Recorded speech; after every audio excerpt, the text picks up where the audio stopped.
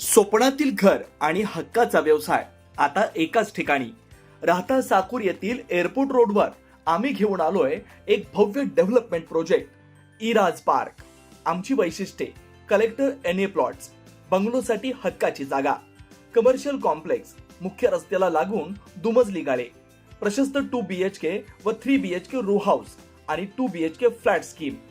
तयार दर्जेदार पायाभूत सुविधा, 9 व 12 मीटरचे सिमेंट कॉन्क्रीट रस्ते, अंडरग्राउंड ड्रेनेज आणि वॉटर सप्लाय व स्ट्रीट लाईटनी सुसज्ज. Ready club house, open gym, मुलांसाठी प्ले एरिया आणि सुंदर गार्डन. सुंदर असे प्रभू श्रीराम मंदिर प्रोजेक्ट मध्येच. पत्ता: सर्वे नंबर 97/1, एअरपोर्ट रोड, उपासनी महाराज मंदिराजवळ, साकुरी, राहता. आजच संपर्क करा 8550 99 70 70. राहता शहरातील आंबेडकर चौक ते सावतामाळी मंदिर रस्त्यावर एक हृदयद्रावक आणि संतापजनक घटना घडली आहे. शतपावली करण्यासाठी गेलेल्या आजी आणि नातवाला भरधाव कारनं धडक दिली. या धडकेनंतर जखमी नातवाला रुग्णालयात नेण्याची विनवणी करणाऱ्या आजीला शिवीगाळ करत मेला तर मरू दे असं म्हणून नराधम तरुणाने जखमी बालकाच्या अंगावर कार घालून त्याला चिरडल्याची धक्कादायक माहिती समोर आली आहे. या घटनेत 13 वर्षीय ओमकार दीपक गायकवाड या बालकाचा उपचारादरम्यान मृत्यू झालाय. राहता पोलिसांनी 4 तरुणांविरुद्ध गंभीर गुन्हे दाखल केलेत.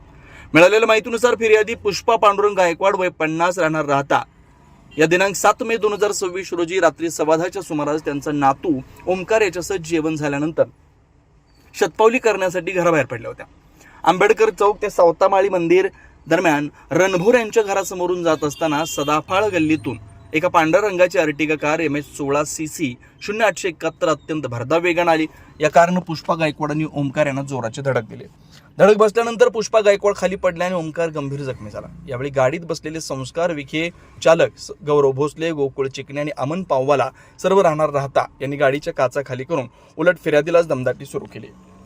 पुष्पा गायकवाडांनी माझ्या नातवाला दवाखान्यात न्या नाहीतर तो मरेल अशी गायावाया केली. मात्र माणुसकी सोडून गौरव भोसल्याने त्यांना अर्वाच्य भाषेत शिवीगाळ केली.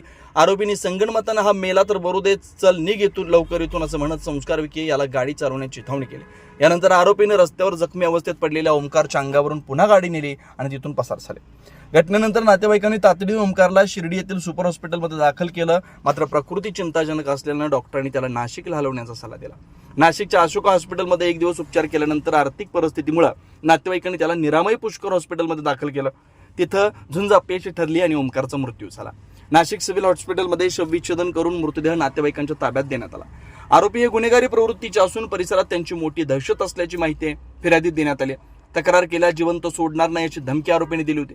नातू मृत्यूची झुंज देत असल्याने फिर्याद देण्यास विलंब झाला असं गायकवाड कुटुंबाने सांगितलं.